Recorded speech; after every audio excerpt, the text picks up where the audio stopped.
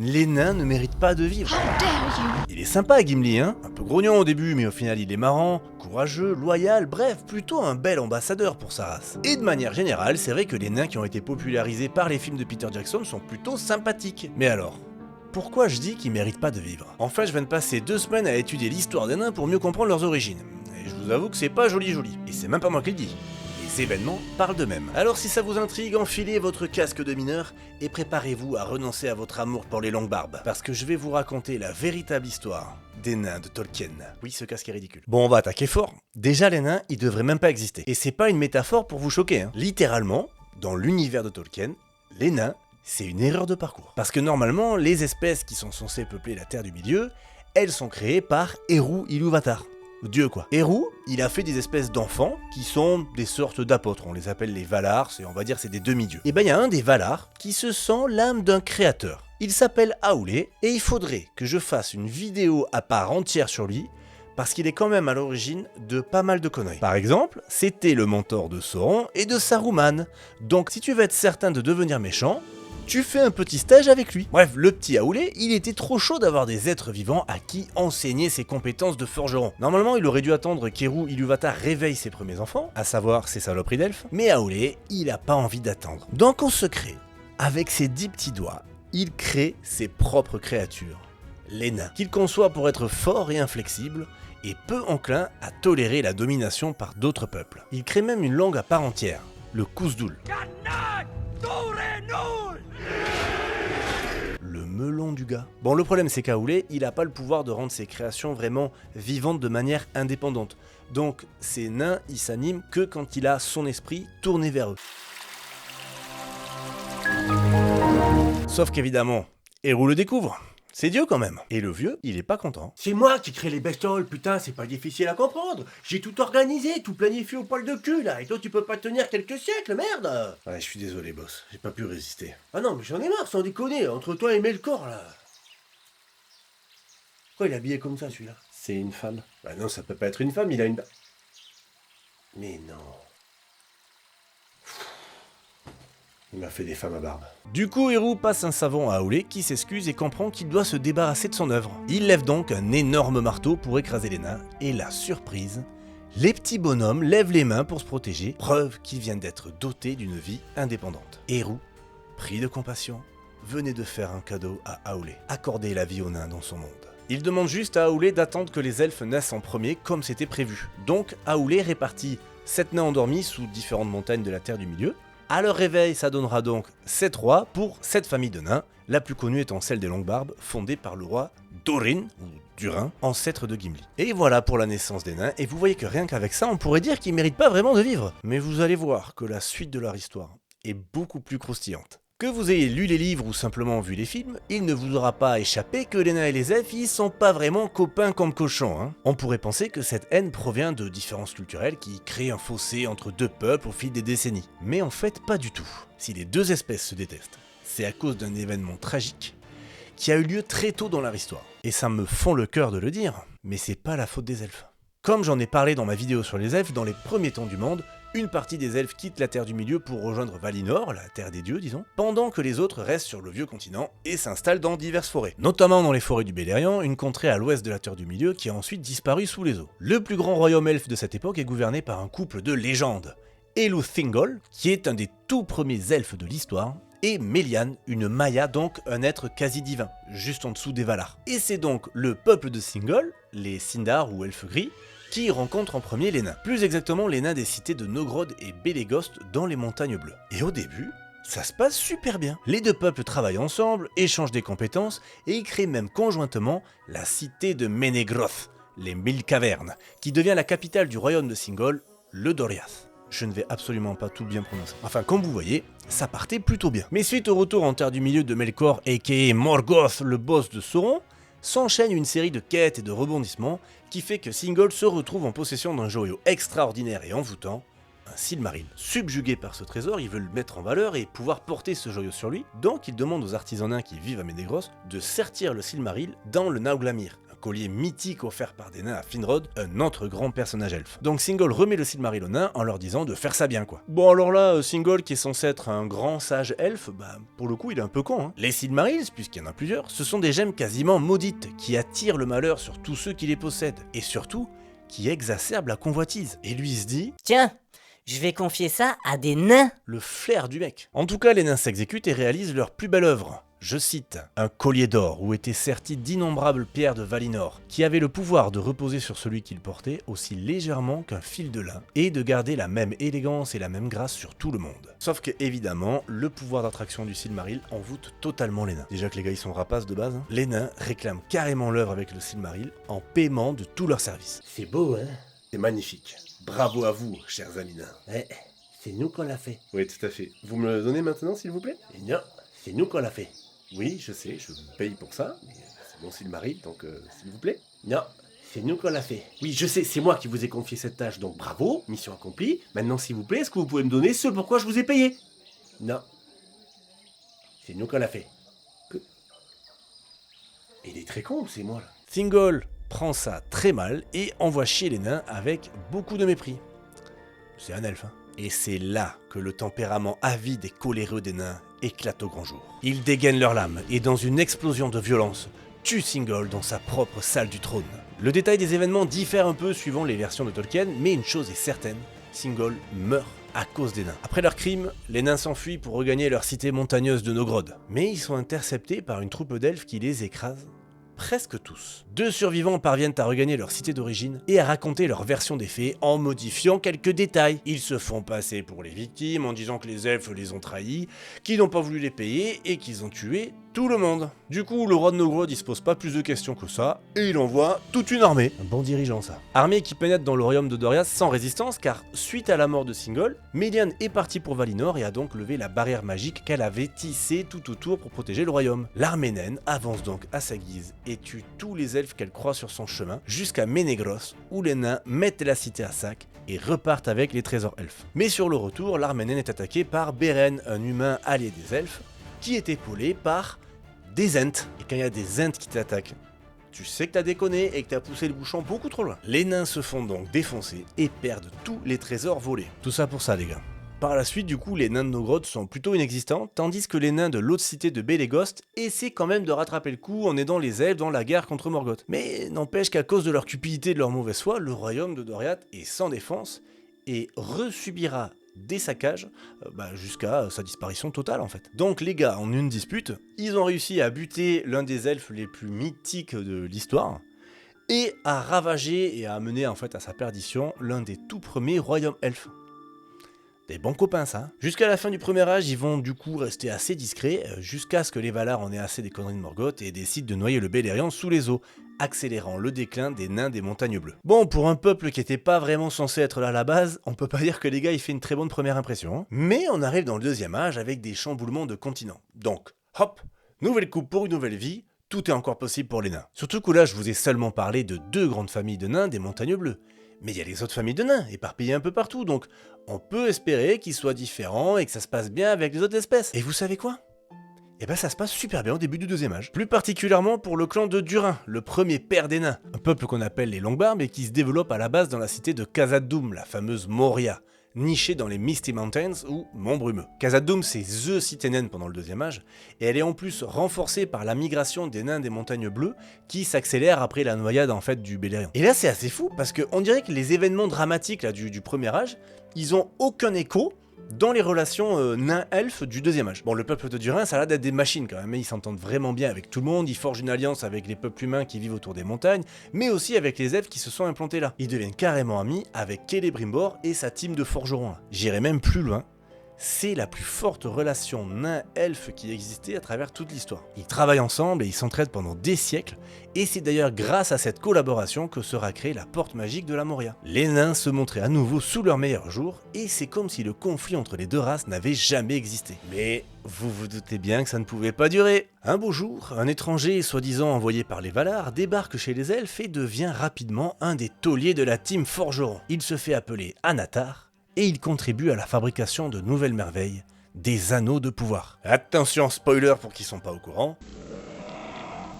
Mais cet Anatar n'est autre que Sauron lui-même. Une fois qu'il se révèle, il réclame qu'on lui remette tous les anneaux de pouvoir. Les elfes refusent, alors Sauron envoie toute une armée du Mordor pour ravager l'Eregion, le pays des elfes. Et les elfes se font défoncer, pendant que leurs copains nains s'enfuient sous les montagnes. J'exagère un peu, parce que les nains, en vrai, ils envoient quand même une armée pour les aider, mais c'est beaucoup trop en retard pour parvenir à renverser la vapeur. Donc les elfes continuent à se faire couper les oreilles. Du coup les nains, ils ferment les portes de leur royaume. Ciao tout le monde, nous on va plutôt creuser. Et en gros, c'est à peu près tout ce qu'ils font jusqu'à la fin du deuxième âge. Enfin, ils font une toute petite apparition lors de la bataille de la dernière alliance là, pour défaire Sauron.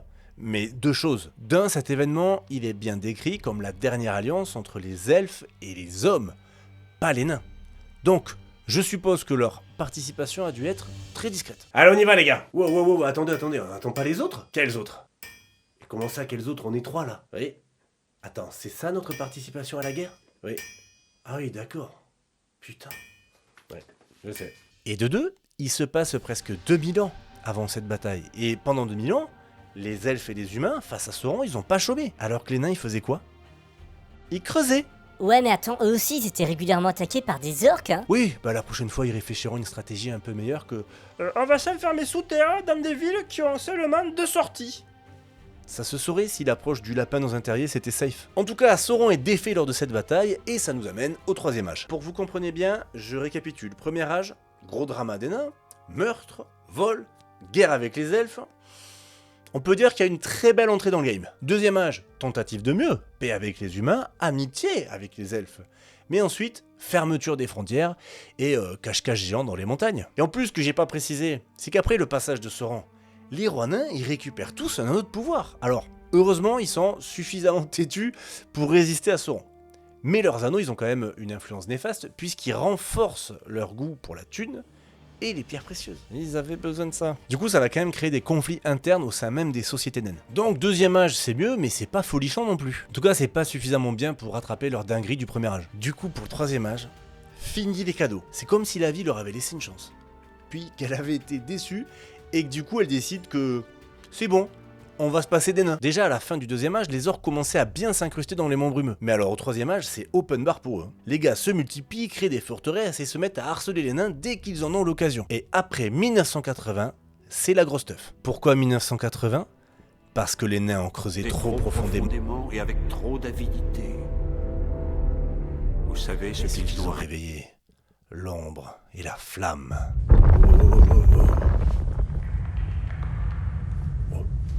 Allez. Eh oui, ces coquins de nains qui voulaient toujours plus de Mithril, ils ont creusé jusqu'à interrompre la sieste d'un Balrog qui a priori pionçait la peinard depuis la chute de Morgoth quelques millénaires plus tôt. Et comme toute personne réveillée de sa sieste, le Balrog est furieux, donc il décide de corriger les nains à grands coups de fouet.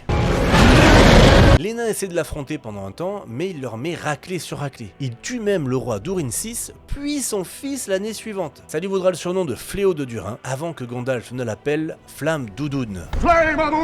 Udun étant l'autre nom donné à Utumno, la première forteresse de Morgoth. Impuissant face au Balrog, le peuple de Durin déserte Khazad-dûm, qui sera de plus en plus évoqué comme la Moria, le puits noir en Sindar. Et là, je sais que ça va pas faire plaisir aux fanboys, mais on comprend que les nains, ils sont beaucoup moins solides que les elfes en fait. Parce que pour ceux qui sont pas au courant, l'elfe Fëanor, il a résisté un long moment à une demi-douzaine de Balrogs, dont Gothmog, le prince des Balrogs. Puis il y a ses fils qui sont venus et qui ont carrément réussi à faire reculer les Balrogs jusque dans leur forteresse. S'il vous plaît. Alors que les nains, c'est tout un peuple qui a fui face à un Balrog, qui sera en plus par la suite tué par un vieux magicien fumeur de joint quoi.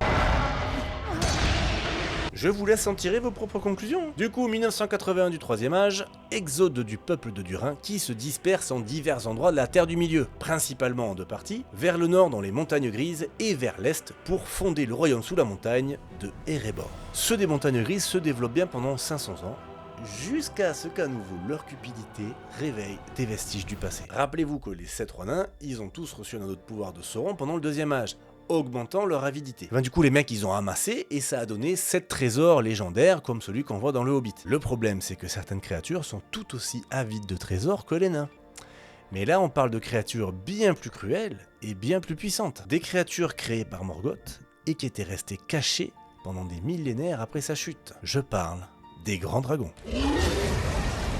Attirés par le caractère colossal des trésors nains, les dragons descendent du nord et attaquent les forteresses naines. Alors les nains, ils faisaient pas le poids face à un balrog, autant vous dire que contre des dragons, ils n'ont pas beaucoup plus de succès. Hein. La seule différence, c'est que là, le danger vient de l'extérieur. Donc, ils arrivent quand même à résister presque 20 ans. Mais au final, ça se finit de la même façon qu'avec le Balrog. En 2589, le roi Dain Ier et son fils se font tuer par un grand dragon du Nord. Tous les nains des montagnes grises sont ensuite obligés de s'enfuir pour aller poser leurs valises ailleurs. Donc là, pareil, ça se sépare, une partie va jusqu'aux collines de Fer dans l'est, et les autres rejoignent leurs cousins à Erebor. Là, ils soufflent un peu et ils sont peinards pendant environ 2 siècles. Mais ça va évidemment pas durer, parce qu'en fait, les nains et les dragons, c'est une longue histoire. Ça fait des millénaires en fait que ça dure. Et ce que je vous avais pas dit, c'est que déjà pendant le premier âge, il y a les nains de Belegost qui ont affronté Glaurung, le tout premier dragon de l'histoire. Un dragon sans ailes, mais un énorme souffleur de feu très puissant. Lors de l'épique bataille des larmes innombrables, l'armée naine a réussi à blesser Glaurung, qui en retour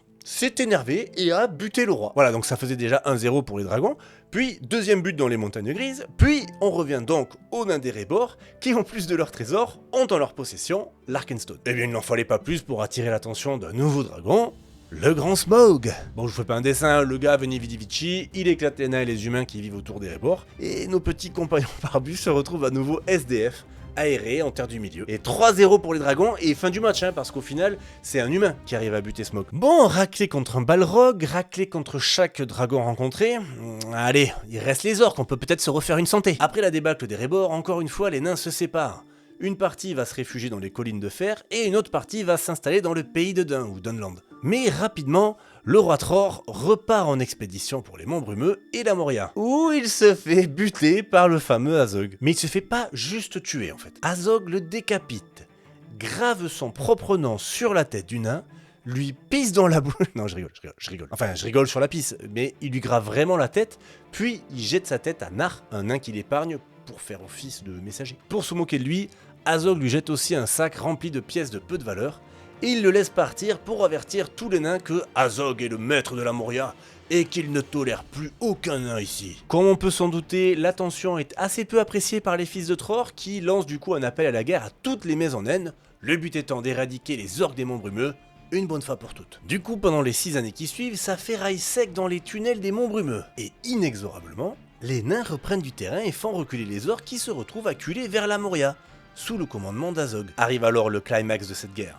La bataille d'Azanul Bizarre. Non, c'est pas un nom de Pokémon. C'est le nom de la vallée sur laquelle donne la porte est de la Moria, là où la bataille a lieu. Une bataille au début très difficile pour les nains, jusqu'à ce que les copains des collines de Fer débarquent, menés par Nain, qui en a gros sur la patate. Le mec, il veut tellement choper Azog, que lui et ses troupes, ils fendent les orques en avançant, en hurlant « Azog, Azog, Azog !» Ça doit être bien flippant quand même. Enfin... ça dépend comment tu t'appelles. Patrick. En tout cas, Nain parvient à ses fins, puisqu'Azog pointe bien le bout de son nez et lui met un grand coup sur la nuque qui tue net Nain. Un duel gagné de plus pour Azog. Mais il se rend quand même vite compte que le reste de son armée est en train de se faire tailler les chevilles par les nains. Il essaie donc de se retirer, mais il est suivi par Dain, le fils de Nain, qui le rattrape et d'un grand coup de sa hache rouge décapite le chef orc. Et après quoi, écoutez ça, il plante sa tête sur une pique et il lui remplit la bouche avec les pièces jaunes que Azog avait données aux survivants nains. Ils sont hargneux quand même. Dans la foulée, le roi Thrain a bien envie de finir le travail en pénétrant dans la Moria, mais les autres clans ayant subi beaucoup de dégâts sont pas vraiment chauds pour le suivre, et surtout Dain, en tuant Azog devant les portes de la Moria, il a regardé dans l'ombre du hall, et quand il est revenu auprès du roi, il était apparemment livide après avoir aperçu le fléau de Durin, toujours tapi dans l'ombre. Du coup, Thrain, pas chaud. Non mais on va rester dehors, on est bien là, il fait beau, on va rester là, hein. On n'est pas pressé, non, oui, hein, oui. Non, sûr mon roi. Non, on va rester là, oui. Bon, en tout cas, les nains remportent bien la bataille d'Azanul Bizarre. Alléluia, quand même une victoire. Une victoire historique, puisqu'elle marque la fin de la guerre pour les Monts Brumeux entre les nains et les orques. Sauf que c'est une victoire au goût amer.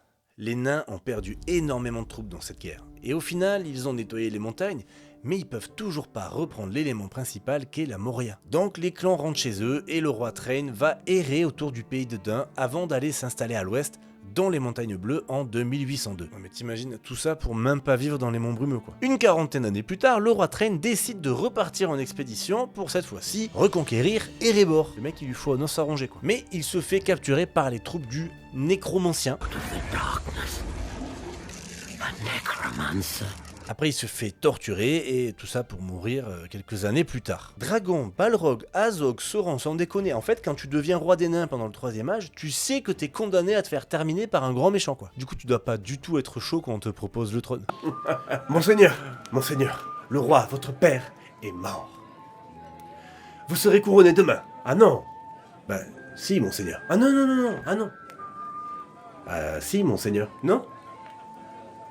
Seigneur? Ah non, c'est mort, je me barre. Et c'est Thorin Écu de Chêne qui devient donc roi et fait prospérer le royaume des montagnes bleues pendant une centaine d'années, jusqu'à ce qu'il rencontre ce cher Gandalf qui lui monte la tête avec Smaug, Arkenstone, tout ça quoi. Il entame donc à son tour la reconquête d'Erebor avec ce bon vieux Bilbon. S'ensuit alors l'aventure racontée dans le Hobbit, dans laquelle, grâce aux pieds velus et aux humains, les nains reprennent bien la montagne solitaire, mais arrivent quand même à perdre à nouveau leur roi dans la bataille des 5 armées. Une malédiction. Bon, et si vous avez vu les films de Peter Jackson, globalement, la suite du 3e âge, vous savez ce qui se passe pour les nains. C'est-à-dire pas grand-chose. Encore une fois, grâce à ce bon vieux fumeur de Gandalf, la Moria est libérée de son occupant maléfique, les nains la repeupleront donc plus tard, mais il y a quand même d'abord la guerre de l'anneau contre Sauron. Une guerre pendant laquelle les nains adoptent leur stratégie préférée, se retrancher dans les montagnes comme des lapins. Bon, à leur décharge, ils étaient assaillis en fait par les Orientaux, qui étaient donc les alliés de Sauron. Heureusement, l'anneau unique est détruit, les armées du Mordor défaites et tous les alliés de Sauron rentrent ainsi chez eux, permettant aux nains de sortir de leur cachette. Pendant les décennies qui suivent la défaite de Sauron, les antiques royaumes nains sont repeuplés très lentement parce que, hélas, vous l'aurez compris, c'était déjà un peu fini pour eux. Entre les guerres, leur situation de SDF, une natalité très compliquée avec seulement 30% de femmes, des femmes à barbe en plus, bah la race des nains a continué tranquillement son déclin, hein, jusqu'à, je cite, ce que le monde soit vieux et que les jours de la race de Durin soient terminés. Et voilà pourquoi on peut dire que finalement, la vie elle-même estimait que les nains ne méritaient pas leur place en terre du milieu.